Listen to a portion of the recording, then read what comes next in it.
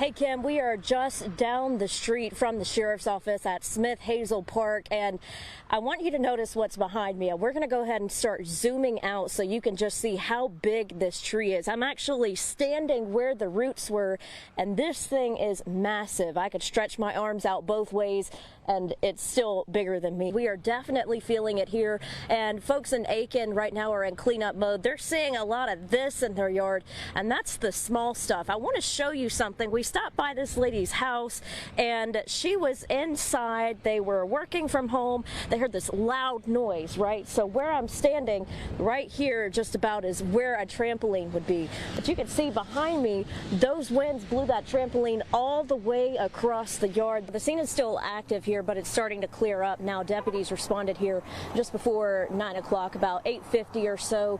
You can see there's a lot less police cars here. They've started taking down the yellow tape. 3 months, 119 felony arrests, 176 guns, and more than $200,000 in cash seized. That's the result of Operation Grace. It's been more than 3 weeks since Jamila Smith went missing, and tonight we're learning new details about the moments leading up to her disappearance. All started in Columbia County this morning, and this right here next to me is surveillance we got from the gas station only on Fox 54 tonight. Trellis staff say this is more than just a cup of coffee. This is their way of bringing the community in Harrisburg together. And Steve, can we get the rain to go away and stay away at least for a little while this week? The answer is yes. In fact, if you like the 80s. Even if you don't have an electric car, you're paying for the charging network, power lines, and electricity as a taxpayer. A new report says Americans over the next decade will pay almost $50,000 in mostly hidden subsidies and credits that most of us will never see.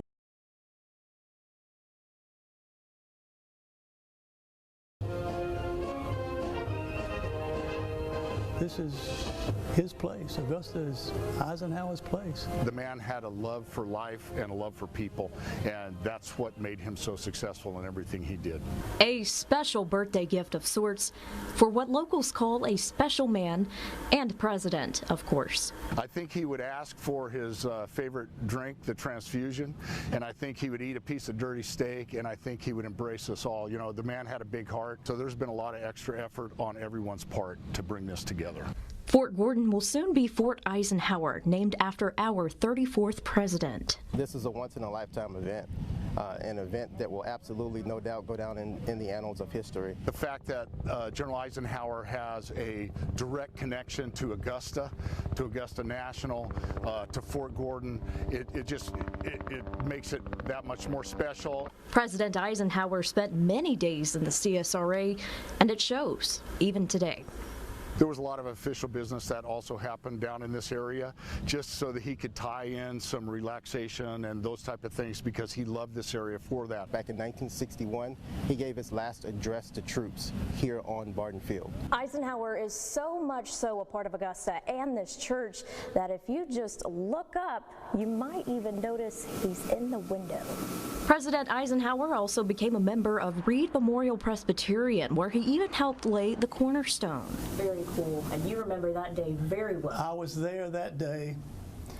It was definitely the most important day of my life before I was married. Now a plaque hangs in the same place he once sat. He was a Christian, he was a leader, he was president, he was a military hero, and to a 10-year-old boy that shook his hand on April the 18th, 1954, that was big, very big. The same day Barry professed his faith, he met the president, and years later married his wife, who sat in the very same pews. Growing up, I sat about 3 rows back. You know, in church, everybody knows each other. It's just surreal. This place is very special to me. People often saw the president in church or out playing golf at Augusta National Golf Club, but Barry says he never wanted the spotlight. He always had a smile on his face. He always walked straight and tall, but he was so humble. Now it all comes full circle for Barry.